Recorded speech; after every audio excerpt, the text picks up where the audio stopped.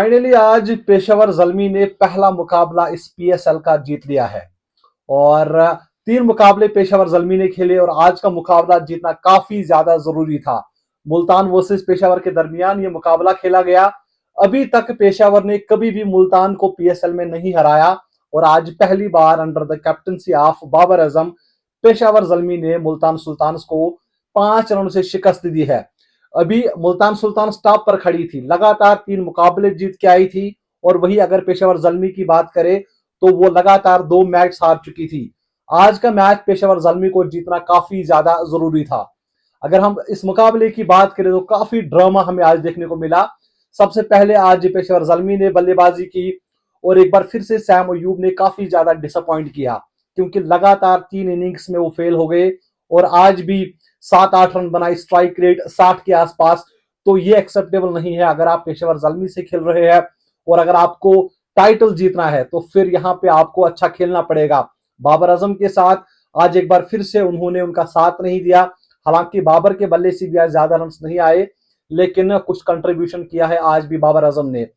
उसके बाद मोहम्मद हारिस की अगर आप देखें तो बैटिंग उनकी भी खास नहीं रही लेकिन विकेट कीपिंग में आज वो बेहतरीन नजर आए।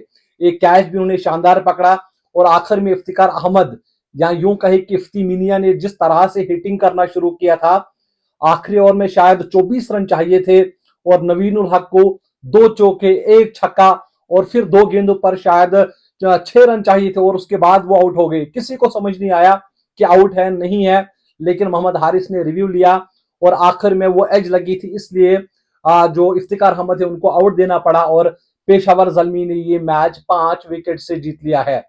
मुल्तान सुल्तान की भी तारीफ होनी चाहिए क्योंकि इनकी जो बॉलिंग यूनिट है वो सबसे खतरनाक साबित हो रही है।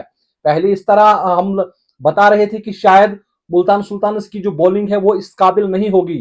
एहसानुल्लाह बाहर हो गए थे, रेस टोपली बाहर हो गए थे, लेकिन मोहम्मद अली ये शायद नेक्स्ट स्टार होगा पाकिस्तान का क्योंकि पहले मुकाबले में भी 3 विकेट्स लिए सिर्फ 23 रन देकर, दूसरे मुकाबले में 19 रन दिए 3 विकेट्स लिए, उसके बाद तीसरे मुकाबले में इस खिलाड़ी ने 28 रन देकर 2 विकेट्स लिए और आज भी इसने सिर्फ 23 रन दिए और आज भी इनको 2 विकेट्स मिले। अभी तक 4 मुकाबलों में 10 विकेट्स ले चुका है। उसके साथ साथ Usama Mir under the captaincy of Mohammad Rizwan ये भी ऑलराउंडर बन गए हैं। हर मैच में 2-2 3-3 विकेट्स ले रहे हैं, आज भी 2 विकेट्स लिए और उसके बाद बैटिंग भी आज धुआंधार दिखी। ये उसामा मीर हमें पाकिस्तान टीम से जब भी खेलते हुए आ रहे थे वहां पर इस तरह की कोई परफॉर्मेंस नहीं थी, लेकिन जब पीएसएल का सीजन आता है बॉलिंग में भी ये किफायती रहते हैं और आज बल्लेबाजी में भी 2 छक्के एन वक्त पर जब मुल्तान सुल्तान को चाहिए थे उस टाइम पर लगाए थे। लेकिन फिर हम बात करेंगे आरिफ याकूब की। ये खिलाड़ी भी काफी ज्यादा खास है और यही कमी थी पीएसएल में पेशावर जल्मी को क्योंकि स्पिनर जो है वो वहां पर ज्यादा कारगर साबित नहीं हो रहे थे। आज आरिफ याकूब पहले तो थोड़ा बहुत अनलकी रहे क्योंकि पहली ओवर में एक तो कैच ड्रॉप हो गया, उसके बाद वो प्लम आउट दिख रहा था और रिव्यू लिया फिर डेविड मलान ने और वो मिसिंग आउटसाइड ऑफ था। तो 2 विकेट्स लिए थे पहली ओवर में, उसके बावजूद भी फिर आखिर में इन्होंने 3 विकेट्स लिए हैं और ये बॉलर भी काफी अच्छा है। और मुल्तान सुल्तान ने आज अच्छी बैटिंग नहीं की है, हालांकि डेविड मलान जब खेल रहे थे उन्होंने काफी अच्छी बल्लेबाजी की। उन्होंने 50-52 रन की पारी खेली और तूफानी पारी खेली। जब वो खेल रहे थे तब ऐसा लग रहा था कि भाई मुल्तान सुल्तान शायद 16 या 17 ओवर तक जाएगी और ये मैच तो मुल्तान सुल्तान ने जीत लिया।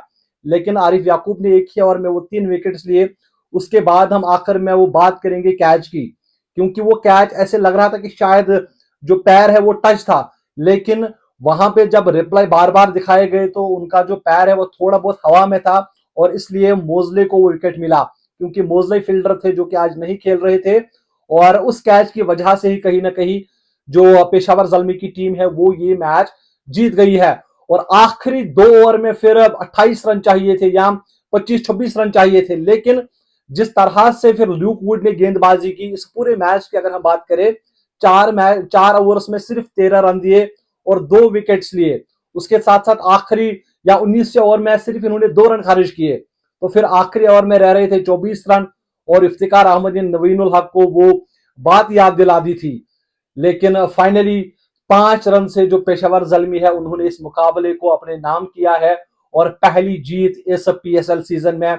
मैं पूरी उम्मीद करता हूं कि बाबर आजम की टीम इसी तरह से खेलती रहेगी और मुझे लग रहा है कि मोहम्मद हारिस या सैम अयूब को अपना इंटेंट चेंज करना पड़ेगा, उनको खेलना पड़ेगा। अदरवाइज बेंच पे और भी खिलाड़ी बैठे हैं, जिस तरह से आज हसीबुल्ला देखिए, बहुत डिफरेंस था हसीबुल्ला की इनिंग में।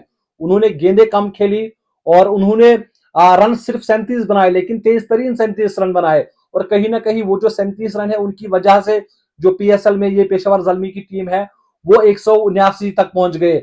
अदरवाइज तो 160 165 रन तक मुश्किल से पहुंच जाती। फिलहाल जैसे मैंने कहा कि बाबर के लिए आज बड़ा दिन है, पहली जीत है पेशावर के लिए। फिलहाल आप मुझे इजाजत दीजिए, आप अपना बहुत सारा ख्याल रखिए। अल्लाह हाफिज।